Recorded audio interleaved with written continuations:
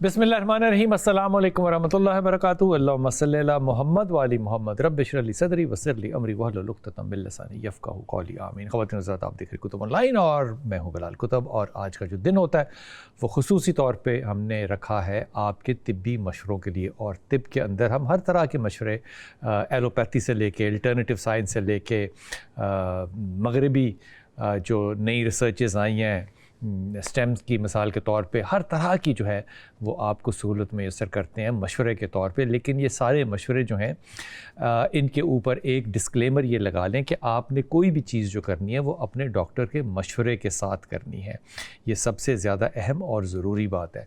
आज हमारे साथ क्योंकि आगा अब्बास हैं, इसलिए आज इनके साथ जो बात करेंगे वो बड़ी करंट है। करंट तो हमेशा आजकल के दौर में वो बहुत ज़्यादा है, और वो है बांझपन की, इम्पोटेंसी की, हमल ना ठहरने की, हमल ना होने की, जो बहुत सी वजूहात हैं उनके ऊपर हकीम साहब का जो है वो तज्ज़िया क्या कहता है और उसके लिए क्या वो चीज़ें सजेस्ट करते हैं। आगा भाई अस्सलाम वालेकुम। वालेकुम सलाम। खैरियत से हैं आप? बिलाल भाई कैसे मिजाज हैं? अल्लाह का करम, अल्हम्दुलिल्लाह अल्हम्दुलिल्लाह अल्हम्दुलिल्लाह।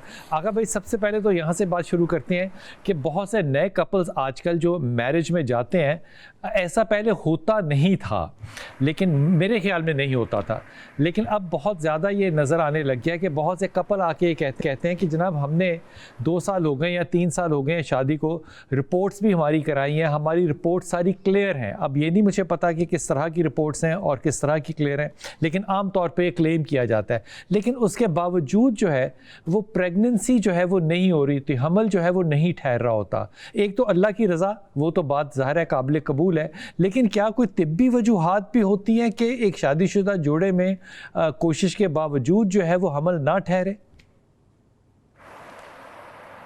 बिस्मिल्लाहिर्रहमानिर्रहीम। तमाम हम्द व सताइश उस अल्लाह के लिए है कि जिसके सिवा कोई दूसरा खुदा नहीं है।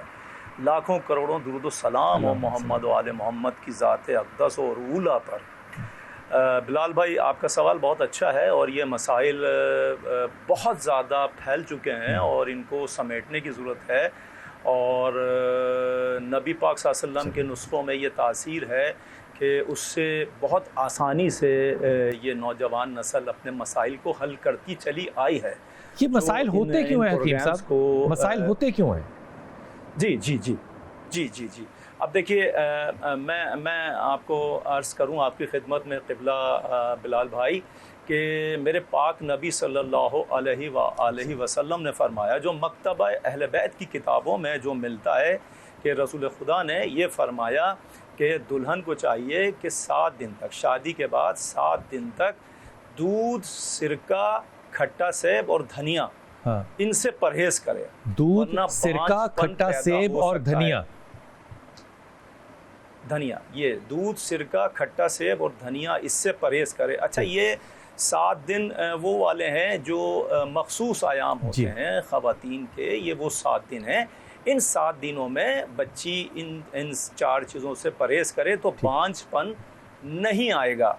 अच्छा, अब उसके अलावा ये जो आजकल हम चिकन खाते हैं या जो आजकल की हमारी नाक़िस ग़िज़ाएँ हैं, उनकी वजह से भी बच्चियों में ये मसले पैदा हो रहे हैं, नौजवान लड़कों में भी ये मसले पैदा हो रहे हैं।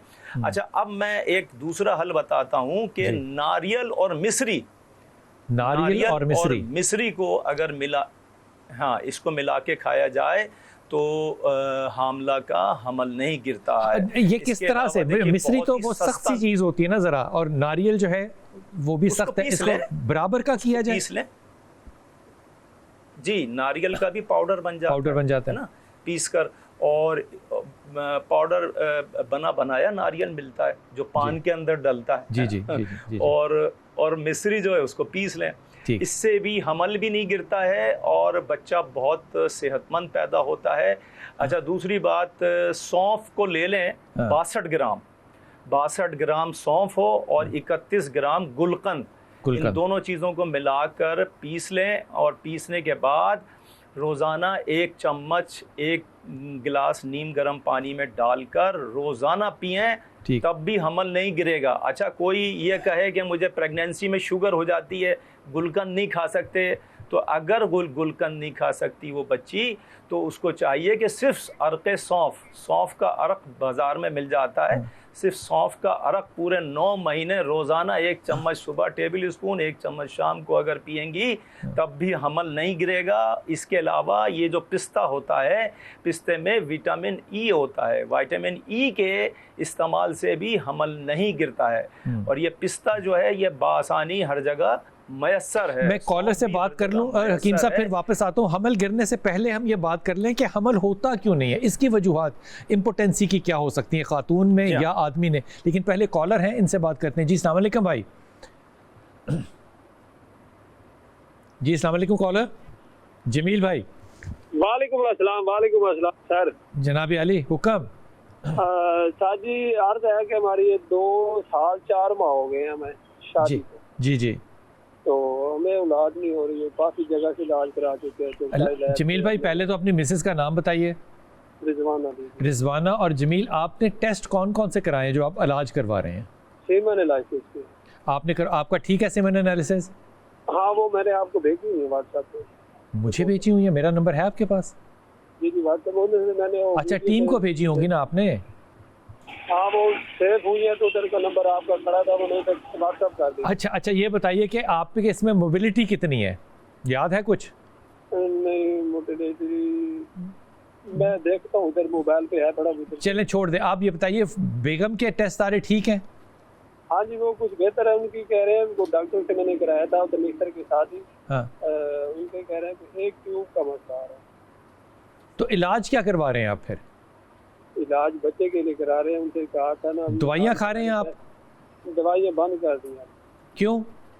बस उन्होंने मना कर दिया। अब हम पीर से कोई करा रहे हैं कोई दवाइयाँ बंद कर।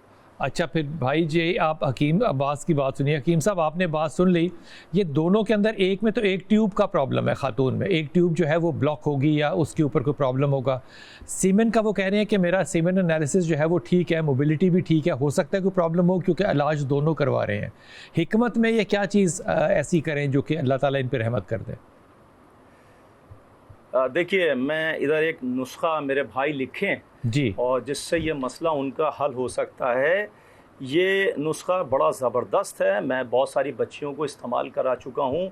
फिलफिल दराज पहली चीज़। दूसरी चीज़ है नागेसर। हाँ फिलफिल दराज लंबी वाली मिर्च जी, लंबी वाली मिर्च। फिर नागेसर होता है, फिर सौंठ होती है और फिर गोल मिर्च। ठीक। इन चारों चीज़ों को हम वज़न लेकर कूट छान कर गाय के घी में मिलाकर 1 चमचा सुबह 1 चमचा शाम रोज़ाना खाएं।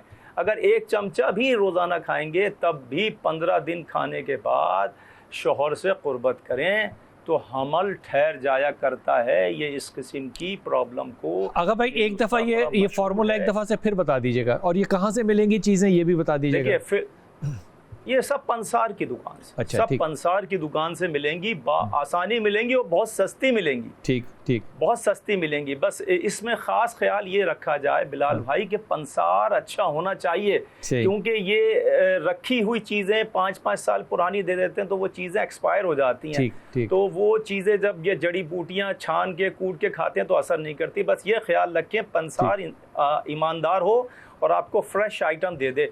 फिलफिल दराज लंबी वाली मिर्च, ठीक है। फिर हाँ फिलफिल दराज, फिर नागेसर, और फिर उसके बाद सौंठ, और फिर उसके बाद गोल मिर्च। ये चारों चीज़ें बहुत सस्ती हैं। इनको लेकर कूट छान कर बारीक पाउडर बना लें। फिर इनको गाय के घी में, भैंस के घी में नहीं, गाय के घी में इसको मिक्स करके रख लें। और फिर इसके बाद ये 1 चम्मच सुबह 1 चम्मच शाम खाएं। और ये 15 दिन के बाद शौहर के करीब जाएं तो इंशाअल्लाह ताला हमल ठहर जाया करता है। मैंने बहुत सारी बच्चियों को ये नुस्खा बताया है और इसमें बड़ा असर है।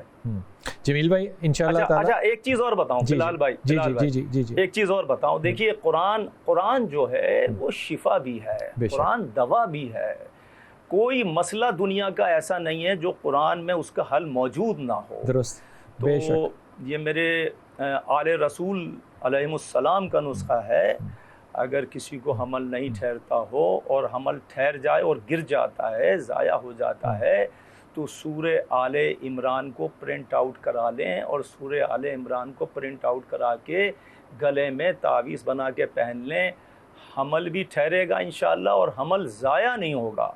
अच्छा, हमल ज़ाया होने से बचाने के लिए कलौंजी को बिल्कुल भी ना खाएं, 9 महीने कलौंजी ना खाएं। अचार में कलौंजी होती है, बच्चियां क्या करती हैं, कलौंजी खाती हैं। कलौंजी खाने से हमल ज़िंदा हो या मुर्दा हो, दोनों ज़ाया हो जाते हैं। कलौंजी ना खाई जाए, बिल्कुल कलौंजी को बिल्कुल भी हाथ ना लगाएं। कलौंजी की जाके हिस्ट्री पढ़ लें, हिस्ट्री पढ़ लें। कलौंजी की हिस्ट्री में लिखा है कि हामला ख़वातीन कलौंजी से इज्तनाब बरतें हैं। ठीक ठीक।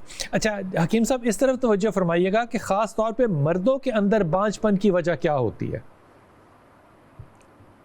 देखिए, मर्दों के अंदर जो बांझपन की वजह आ रही है बिलाल भाई, आजकल जो स्ट्रेस ले रहे हैं, डिप्रेशन ले रहे हैं, नाक़िस ग़िज़ाएँ ले रहे हैं। अच्छा, फिर ये इनकी शहवत की हिस्स ख़राब हो चुकी होती है, क्योंकि ये मोबाइल पे इस टाइप की खुराफात देखते हैं, उससे भी मसले आ रहे हैं। लोग इस तरफ तवज्जो नहीं देते हैं कि मोबाइल पे ये खुराफात देखे जा रहे हैं। अब जब परवरदिगार कुरान में फरमा रहा है मर्दों के लिए कि निगाह को नीचे रखो, अब निगाह को तो नीचे ही नहीं रख रहे, वो तो निगाहों से गुनाह कर रहे हैं। अब निगाहों से जो आप गुनाह कर रहे हैं, उठा लेता है, उससे मसला ये आता है कि नुत्फा खराब हो जाता है। नुत्फा मर्दों का खराब हो जाता है। नुत्फा किसे कहते हैं? स्पर्म्स। स्पर्म्स में वो जो हयातियाती कीड़े होते हैं वो डेड हो जाते हैं। अब जब खुर्दबीन से जब वो स्पर्म्स को चेक करते हैं तो मालूम चलता है जितने लाख हयातियाती कीड़े निकले सब मरे हुए डेड निकले हैं। अब वो ज़िंदा कैसे होंगे? ज़िंदा ऐसे होंगे जब कुरान की इस बात पे आप अमल करेंगे, नामहरम को आंख उठा के नहीं देखेंगे, चाहे वो मोबाइल में नज़र आ रही है, चाहे वो जिंदा सलामत चलती फिरती नजर आ रही है। आप आंखें नीचे कर लें तो आपको ये मर्ज पैदा नहीं होगा। अगर मर्द के नुत्फे में, अब मर्द अगर चाहता है कि खुद अपना टेस्ट करे, शर्माते हैं, झिझकते हैं, गैरत का मसला बना लेते हैं कि हम हॉस्पिटल जाके टेस्ट नहीं कराएंगे, ये गैरत का मसला है, तो मैं अर्ज़ कर दूं, अगर आप अपने खुद टेस्ट करना चाहते हैं तो अपने नुत्फे को देखिए कि अगर उसकी जो रंग है पीलाहट की तरफ है या गुलाबी माइल रंग हो चुका है और सफ़ेदी ख़त्म हो चुकी है।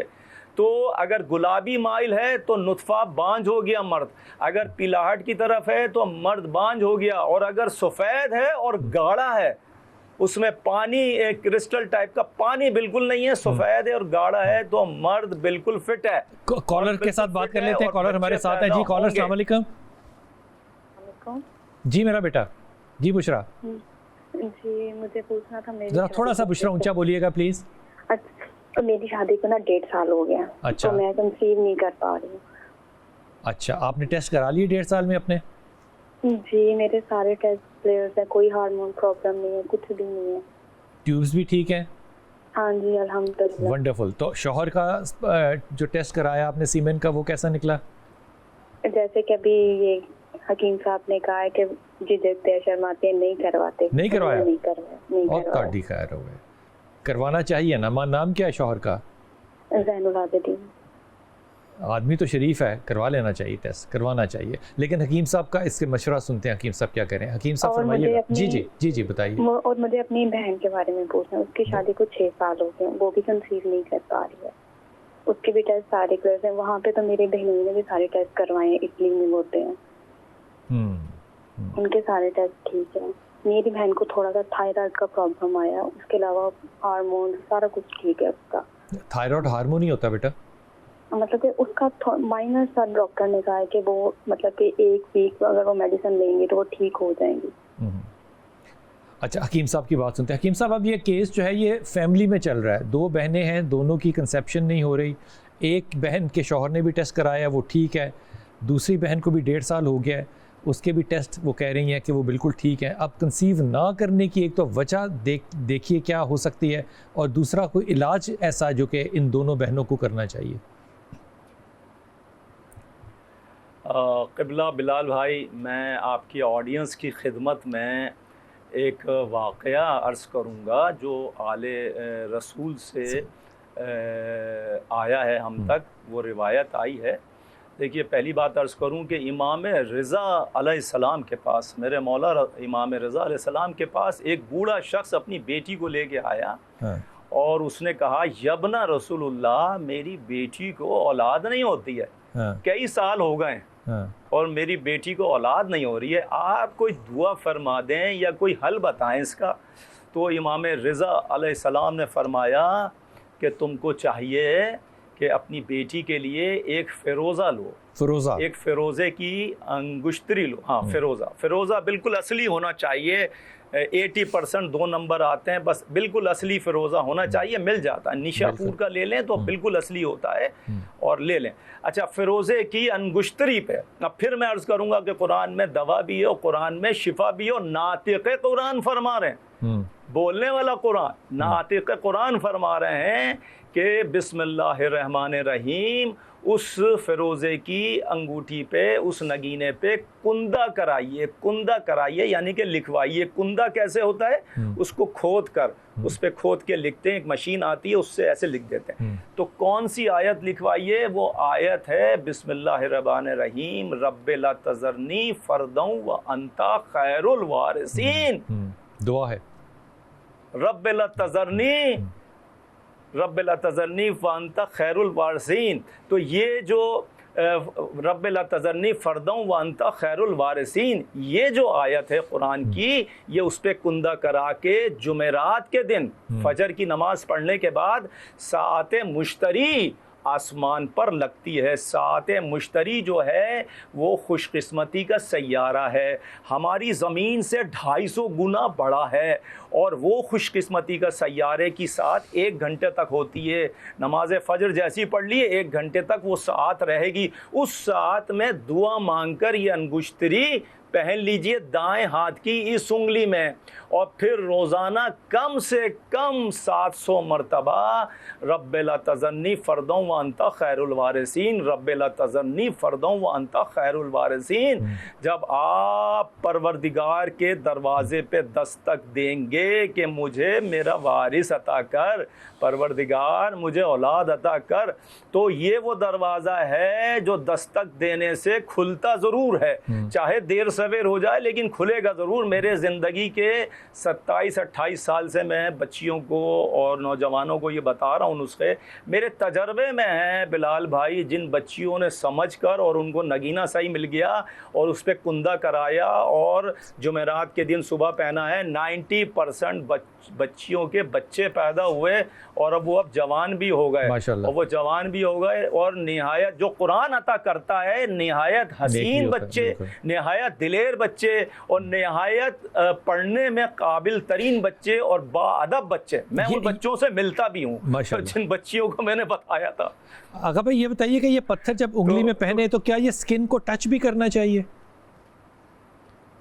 जी जी जी जी, स्किन को टच, इसका राज ये है बिलाल भाई, ये देखिए दुर्रे नजफ है मेरे हाथ में, ये बड़ा बेहतरीन पत्थर है, इसकी फजीलत आपको पता है, आप एक प्रोग्राम भी इस पर कर चुके हैं, मैंने वो प्रोग्राम आपका देखा था। ये दुर्रे नजफ है, अब ये देखिए मेरी स्किन पे अंदर से टच हो रहा है, बिल्कुल ठीक, बाकायदा इसका निशान है, टच हो रहा है। और ये नगीना टच होना चाहिए। और नगीने की दूसरी एक और खुसूसियत बताऊं, अपने ज़ाती माल से ख़रीदा हुआ हो या आपको हलाल माल से में मिला हो। अगर आपने किसी का चुपके से उठा के पहन लिया कि चलो भाई हम ख़रीद नहीं सकते हैं या हम किसी तरह से हमारी दस्तरस में नहीं आ रहा, कोई रख के भूल गया, वो उठा लिया, वो फ़ायदा नहीं करेगा। हिस्ट्री में इसके वाक़यात भरे पड़े हैं, वो फ़ायदा नहीं करेगा। आपकी अपनी ज़ाती मिल्कियत हो या तोहफे में मिला हो तो आपको फ़ायदा करेगा, असली हो और टच होता हो। ये 4 शराइत हैं इसकी। और बैतुल खिला में और हम्माम में आप कतई तौर पे पहन के ना जाएं, उस वक्त बाहर उतार के जाएं और किसी के हवाले करके जाएं ताकि गायब ना हो जाए। बहुत अच्छी बात, एक छोटे से वक्फे पे जाएंगे अभी। और एक हकीम साहब ने बड़ी अच्छी बात कर दी कि जब भी आप कोई ऐसी चीज़ पहने, वो आपकी अंगूठी हो जिस पे कि कोई चीज़ कंधा की हो, का तावीज़ हो जो आपने गले में पहना हुआ, तो आप जब भी बाथरूम में जाएँ, गुस्लखाने में जाएँ नहाने के लिए या हाजत के लिए, तो आप इस चीज़ों को बाहर उतार कर जाएं, अदब के साथ ही होगा। और दूसरी बात बड़ी अहम की कि आप जो चीज़ें ये ख़रीदेंगे, या पत्थर या अंगूठी जो भी बनाएंगे, ये आपके अपने हलाल माल से या तोहफ़ा, एक हलाल माल का तोहफ़ा जो है ये कबूल कीजिए। ये 2 नंबर के माल से होगा या चोरी का होगा या गबन का होगा तो पत्थर भी असर नहीं करेगा। वापस आते हैं और इस बात को कंटिन्यू करते हैं।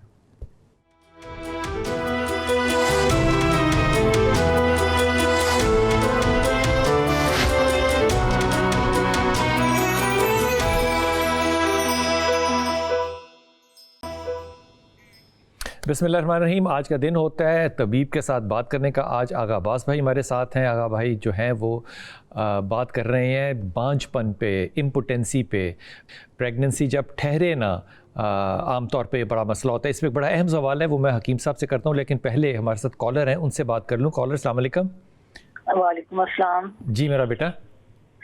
मेरा नाम कुसुम है। मेरे शादी को 5 साल हो गए हैं, मेरी अभी औलाद नहीं है। अच्छा, काफी इलाज वगैरह भी इलाज क्या करवाए हैं? इलाज कुलसूम डॉक्टर भी करवाए हैं, रूहानी भी करवाए हैं। लेकिन डॉक्टर के क्या इलाज कराए हैं बेटा, पहले ये बताओ। मैंने स्टार्टिंग में वो इंजेक्शन वाला भी ट्रीटमेंट करवाया था। अच्छा, 2-3 वो करवाए हैं। फिर मैंने अब उससे पहले मैंने होम्योपैथी का भी करवाया। तो डॉक्टर ने जो इंजेक्शंस लगाए थे वो उसने कहा था कि आपके एग्स नहीं बन रहे? उन्होंने कहा था सब कुछ है, एग्स भी बन रहे हैं, सब कुछ है, लेकिन अब अल्लाह की तरफ से ही है। तो टीके क्यों लगाए उसने? इंजेक्शन कौन से लगाए फिर आपको? ताकत के टीके लगाए? ये तो नहीं मुझे पता। काफी उन्होंने ट्रीटमेंट तो किया था, 4 माह का वो मैंने करवाया था। तो उसके बाद फिर जब उन्होंने ये कहा ना कि अल्लाह की तरफ से, ये मुझे समझ नहीं आई। अगर अल्लाह की तरफ से है तो डॉक्टर साहब ने 4 महीने क्या किया, फिर पंगा क्यों लिया? यही तो मैंने भी उन्हें कहा। फिर जब उसके बाद फिर जब उन्होंने ये बात की, मैं दूसरे डॉक्टर पे गई। हाँ। तो फिर उन्होंने मुझे कहा कि इससे आपका अंदर का जो है ना वो मसला थोड़ा सा खराब हो गया है इंजेक्शन की वजह से। तो फिर उन्होंने मुझे मेरा ट्रीटमेंट किया होम्योपैथिक से। अच्छा। उससे मेरे एग वगैरह भी सब ठीक बने। तो अच्छा। फिर भी यही था कि अल्लाह की तरफ से ही है, तो हमल नहीं ठहरा मेरा।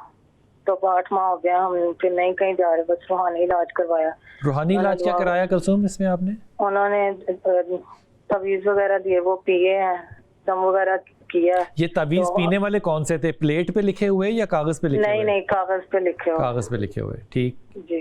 तो उसके बाद तवीज़ देख लिए थे आपने कुलसूम के तवीज़ पे क्या लिखा हुआ है? नहीं, वो पढ़ा तो नहीं है, बस वैसे ही पानी में डाल के पी लिए थे। लेकिन अब 4 माह हो गया, हम लोग कहीं नहीं जा रहे। फिर आपके शौहर का क्या नाम है कुलसूम? ज़हूर।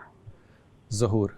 अच्छा कुलसूम, मेरा तुम्हें एक मुद्दबाना मशवरा ये है कि तुम्हें एक अच्छे गायनेकोलॉजिस्ट के पास जाना चाहिए। आप किस शहर से बात कर रही हैं? मैं लाहौर से बात कर रही हूँ, मेयो कॉलेज के पास से। देखो, लाहौर के अंदर बहुत से ऐसे अस्पताल हैं जो इनफर्टिलिटी को डील करते हैं, बांझपन को डील करते हैं। बता देंगे तो मैं। बेटा, फिरोजपुर रोड के ऊपर बहुत अस्पताल हैं, शौकत खानम के पास बहुत अच्छे अच्छे अस्पताल हैं, इस्लामाबाद में बहुत अच्छे अच्छे अस्पताल हैं जो इस बात को ट्रीट करते हैं। मैं ये अज्यूम कर रहा हूँ कि डॉक्टर साहब ने जो इंजेक्शन लगाए थे वो एग के लिए जो IVF के तौर पे शायद उन्होंने पहले जैसे लगाते हैं लगाए हों, लेकिन ये चीज़ें जो हैं ये बड़ी सेंसिटिव होती हैं। इनको गली मोहल्ले के डॉक्टर से तो नहीं किया जा सकता ना बच्चे, ये तो बड़ी स्पेशलाइज्ड चीज़ें हैं। नहीं सर, मुझे तो नहीं पता था। मेरे हस्बैंड ने कहा था कि मुझे उन्होंने किसी ने बताया था, गुलशन रावी, तो समनाबाद वाली साइड पे, तो वो हम गए थे। तो उसके बाद फिर हमने होम्योपैथिक का करवाया। उसके बाद हम कोई ट्रीटमेंट नहीं करवा रहे। आपको ये बताया था होम्योपैथिक वाले ने कि उसने पिछले वाले ने काम ख़राब कर दिया? जी। होम्योपैथिक वाले को ये कैसे पता चला कि उसने काम ख़राब किया कि नहीं किया? उन्होंने मेरा अल्ट्रासाउंड वगैरह करवाया था, तो उससे उन्हें पता चला था। अल्ट्रासाउंड में अगर ख़राबी आ रही है तो फिर तो ज़रा मामला संजीदा है ना बेटा। तो नहीं सर, उसके बाद तो साल हो गया, अब हम लोग ट्रीटमेंट नहीं करवा रहे किसी किस्म का भी, फिर नहीं करवा रहे हैं। लेकिन जब लास्ट टाइम मैंने अल्ट्रासाउंड करवाया था, उन्होंने कहा था कि आपके एग भी ठीक बन रहे हैं, प्रॉब्लम बिल्कुल ठीक है। तो इंशाल्लाह ताला अल्लाह ने चाहा तो हो जाएगा। इंशाल्लाह ताला, इंशाल्लाह ताला। नहीं हुआ फिर। आप आगा साहब की बात सुनना और इस पे अमल करना। जी आगा साहब, आपने कॉल सुनी? हाँ जी जी जी बिलाल भाई, मैं इस बच्ची की खिदमत में अर्ज़ करूँगा कि सूरह नजम में परवरदिगार आलम ने फरमाया कि तुम जिस चीज़ की कोशिश करोगे हम तुम्हें वही देंगे। बेशक। अब जब वो कह रहा है कि तुम जिस चीज़ की कोशिश करोगे हम तुम्हें वही देंगे, बस कोशिश सही जाविये में होनी चाहिए। सही बात। अब कोशिश अगर सही जाविये में ना हो तो अच्छा अब मैं, चूँकि मैं साइंस का बहुत बड़ा मोतक़िद हूँ, क्योंकि साइंस हकीकत है और साइंस के बग़ैर दुनिया बिल्कुल अधूरी है। साइंस हमारा बहुत बड़ा जुज़ है दुनिया का। अच्छा, दूसरी बात मैं अर्ज़ करूं, लेकिन साइंस तहकीक और तजर्बों के रास्ते में है और ये मेरे पाक नबी और उनकी आल की जो बातें हैं, उनके आल की जो अक़वाल हैं, नुस्खे हैं, ये सब इल्हामी हैं। बेशक, ये सब इल्हामी है। तो इसलिए इन पर इनको फोकस कीजिए और उधर इलाज कराते रहिए। यानी कि दवा और दुआ दोनों चीज़ें साथ साथ चलनी चाहिए तो फ़ायदा हो जाता है। अब मैं अर्ज़ कर दूं इस बच्ची के लिए कि याद रखें, मैं ऐसी चीज़ बता रहा हूं जिससे अंदरूनी सारी बीमारियां हल हो सकती हैं इंशाअल्लाह। और वो कौन फरमा रहा है? वो कौन फरमा रहा है?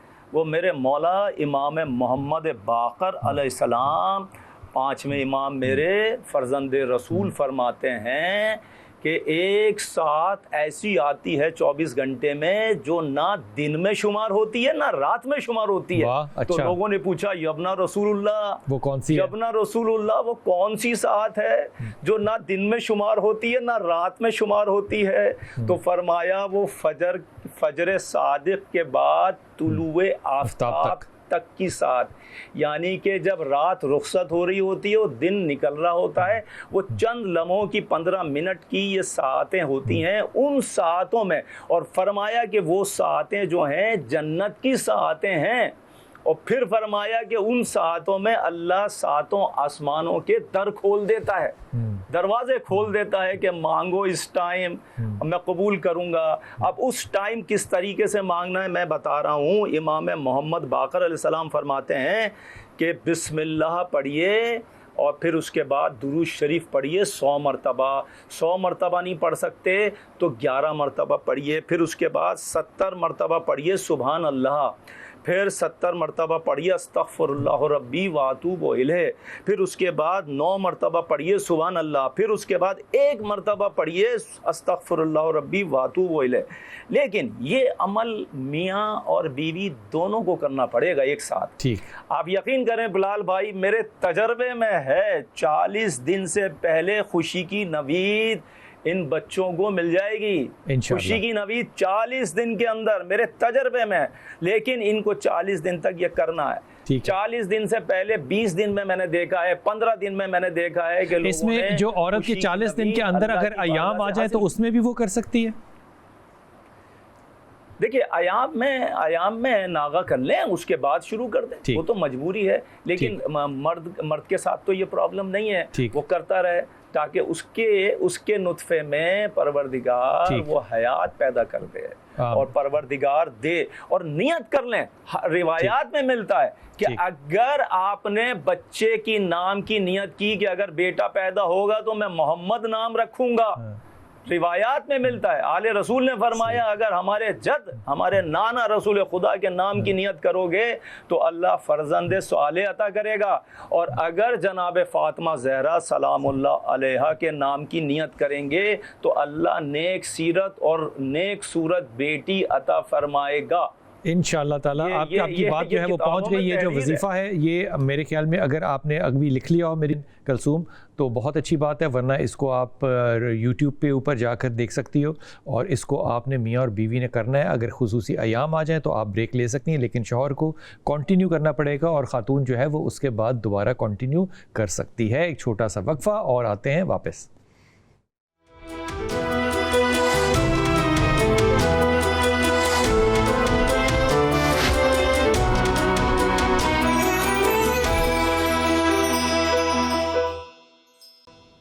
बिस्मिल्लाहिर्रहमानिर्रहीम। हकीम साहब ने अब्बास ने एक बड़ा अच्छा जो वजीफ़ा बताया, उसमें एक बड़ी खुसूसी जो एक जैसे कहना चाहिए ना कि बॉक्स के अंदर लिखने वाली बात जो है दैट इज़ कि वो वक्त जो फजर के बाद का सुबह पहली किरण जो रोशनी की है उसके निकलने तक वो जो वक्त है दरमियान का, ये बहुत बरकतों वाला है। आसमान की सारी रहमतें जो हैं वो उस वक्त नाजिल हो रही होती हैं।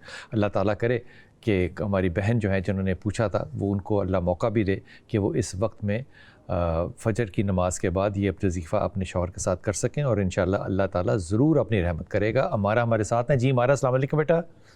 वालेकुम अस्सलाम बिलाल भाई, मैंने मैसेज किया था कि मेरी शादी को 12 साल हो गए हैं। जी बेटा। और औलाद नहीं है और मैंने हर तरह का इलाज करवा दिया है। वो जो हर तरह है ना वो जरा आपने मुझे बता देना बेटा। मैंने IVF भी करवाया था। IVF की वजह क्या थी? उसमें आपको डायग्नोस पहले किया होगा ना बेटा? हाँ जी, वो मुझे ना TB हुई थी, TB की वजह से मुझे अंदर ब्लॉकेज हो गई थी। ट्यूब्स की? हाँ जी, दोनों तो ट्यूब्स उसके की? लिए फिर हाँ जी, दोनों ट्यूब्स की। तो ठीक। मैंने फिर करवाया था, खुलवाती हूँ, वो हर महीने बाद फिर बंद हो जाती हैं। ठीक। तो आपने तो जब इसलिए- आईवीएफ कराया था तो आपने अपने एग फ्रीज करा लिए थे? हाँ जी, करवाए थे, 3 हुए थे। 3 हुए थे। तो अभी हाँ वो फ्रोजन है या नहीं है? नहीं है वो, क्योंकि मैंने ट्रांसफर करवाए थे तीनों? फ्रोजन के बाद। हाँ नहीं, 2 पहले करवाए थे, 1 बाद में करवाया था, यानी कि 1 साल के अंदर अंदर। ठीक। तो पहले तो वो यानी कि फेल हो गए थे, और दूसरी बार मुझे 2.5 माह का हमल होके खत्म हो गया था। पहले में या दूसरे में? दूसरे में। 2.5 माह का हमल होके ख़त्म हो गया था। जी। ठीक हो गई बात। अभी आपका एज कितना है हमारा? मेरी एज 35। 35। और आपकी हाइट और वज़न कितना है? मेरी हाइट जो है वो 5.1 इंच है, और मेरी जो वेट है ना वो 48 के करीब है। ठीक होगी बात। हस्बैंड के अंदर तो कोई प्रॉब्लम नहीं है? नहीं, कोई प्रॉब्लम नहीं है। तो अब आपकी ख्वाहिश ये है कि आपकी जो ट्यूब्स हैं उनमें से एक हेल्दी तौर पे खुद ही रिलीज हो, यही फरमा रही ना? जी जी। तो आपने दोबारा आईवीएफ की तरफ जाने की कोशिश नहीं की? की थी, लेकिन अभी इतने पैसे नहीं है मेरे पास कि मैं दोबारा इतना लंबा प्रोसीजर करवा सकूं, और अभी हम वेट कर रहे हैं कि पैसे का रेंज हो तो फिर दोबारा इंशाल्लाह जरूर करवाएंगे, लेकिन अभी पैसों का रेंज नहीं है हमारे पास। अच्छा, हमारा हकीम साहब की बात सुनिएगा, अल्लाह ताला आपके लिए आसानी करे। आईवीएफ के इस प्रोसेस में जिसकी आप हमारा बात कर रही हैं, इसमें जाना भी कोई आसान काम नहीं है। एक औरत के लिए बड़ा इमोशनल और फिजिकल स्ट्रेस बहुत ज़्यादा होता है खातून के ऊपर। I can understand that. अब अल्लाह ताला आपको इसका अजर खैर अता फरमाए। हकीम साहब, हमारा बच्ची जो हमारी है वो क्या करे? इसकी ट्यूब्स में टीबी की वजह से मसला है। क़िबला बिलाल भाई, मैं इस बच्ची की खिदमत में अर्ज़ करूँगा कि सबसे पहले तो ये कलौंजी खाना बिल्कुल छोड़ दें। कलौंजी ना खाए, अचार में, खाने में, किसी भी चीज़ में। हाँ हाँ, कलौंजी किसी भी फॉर्म में इस बच्ची के पेट में ना जाए। ठीक है। अच्छा, अब दूसरी चीज़ मैं अर्ज़ करता हूँ इस बच्ची के लिए कि देसी मुर्गी का अंडा, देसी मुर्गी का अंडा ये बच्ची खाए, लेकिन बाज़ार से लेके ना खाए। ये हवाई अंडे होते हैं, इंजेक्शन लगा के। देसी मुर्गी भी फार्मी मुर्गी आती है, बिल्कुल, तो वो जाली अंडे होते हैं। जाली, बिल्कुल सही कह रहे हैं। जो मुर्गे के साथ मुर्गी रह रही हो, मुर्गे के साथ मुर्गी रह रही हो, वो अंडा ले, वो खाए। तो अंडा खाने से बच्चियों के जो एग्स की प्रॉब्लम है वो दूर हो जाती है। और मर्द को भी यही अंडा खिलाते हैं, लेकिन हम प्याज के साथ और जैतून के साथ तलवा के खिलाते हैं। प्याज और जैतून? ये बच्ची इस अंडे को बॉईल करके भी खाए।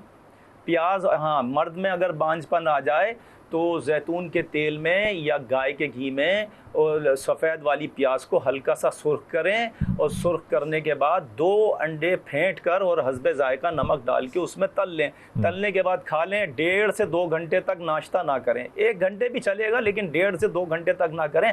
एम्प्टी स्टमक दे दें वो ग़िज़ा, फिर आप उसका कमाल देखें। लेकिन अंडे वो होने चाहिए जो बिल्कुल देसी, जेन्युइन देसी, मुर्गे के साथ रह रही हो। बिल्कुल बिल्कुल बिल्कुल बिल्कुल। हाँ, और खातून जो है इसको बॉईल करके भी खा सकती है। ये चीज़ खा, हाँ, वो बच्ची जो है बॉईल करके खाए तो उसकी एग्स की प्रॉब्लम ख़त्म हो जाएगी। अच्छा, दूसरी चीज़ मैं अर्ज़ करूँ उस बच्ची के लिए, अगर फाइब्राइड है या सिस्ट है तो याद रखें, जहाँ यूट्रस होता है वहाँ पर हाथ रखें। सुबह नमाज फ़जर के बाद, सिर्फ नमाज फ़जर के बाद पढ़ना है ये रोज़ाना, और मखसूस अयाम में छोड़ दें, उसके अलावा रोज़ाना पढ़ें।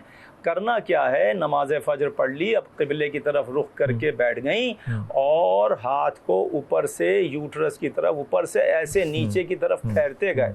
अब ये यूं नहीं करना है। यूं करेंगे तो आप कुछ नहीं होगा। हर चीज़ की हिकमत होती है। हाथ को ऊपर से नीचे की जाने।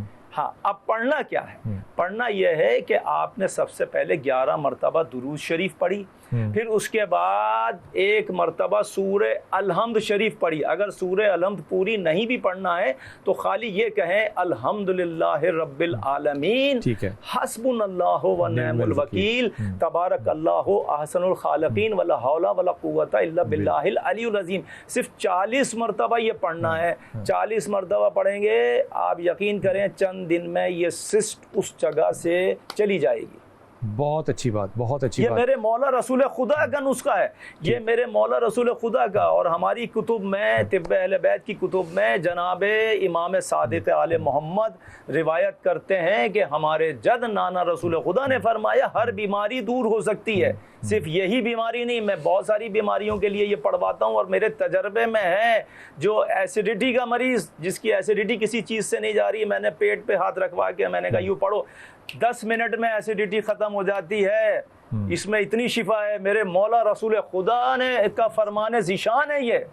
जब मेरे मौला रसूल खुदा के लबे अक़दस से उन पाक लबों से बात निकल गई तो पत्थर पे लकीर है और उसमें शिफा के खजाने छुपे हुए हैं। बेशक। बहुत शुक्रिया आगा भाई, आपके साथ हमेशा जब भी मुलाकात होती है, ज़ाहिर है एक स्कूल जो है वो खुल जाता है और आपको एक तालिब इल्म समझ के आपसे सारा इल्म जो है वो हासिल करते हैं। वो जो आगा साहब ने आखिर में कहा कि वो जाली अंडों का ये मतलब नहीं है कि कोई फेक अंडे बनाए हुए हैं।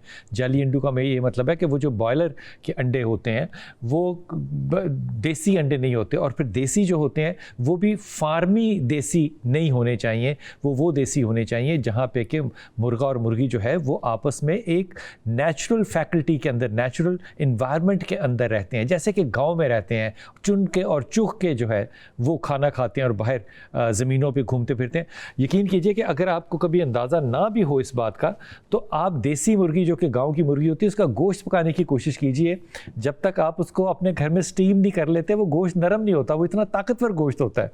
लेकिन अंडा जो है वो उसी का होना चाहिए जो कि मुर्गा और मुर्गियाँ जो हैं वो इकट्ठे रहते हों। ये मतलब है इस जाली और गैर जाली अंडे का। देसी, जेन्युइन देसी अगर अंडा हो तो उसका आमलेट बनाकर आम प्याज और गाय के घी के साथ, वो एक मर्द के लिए, और ख़ातून जो है उसको बॉयल करके भी खा सकती है।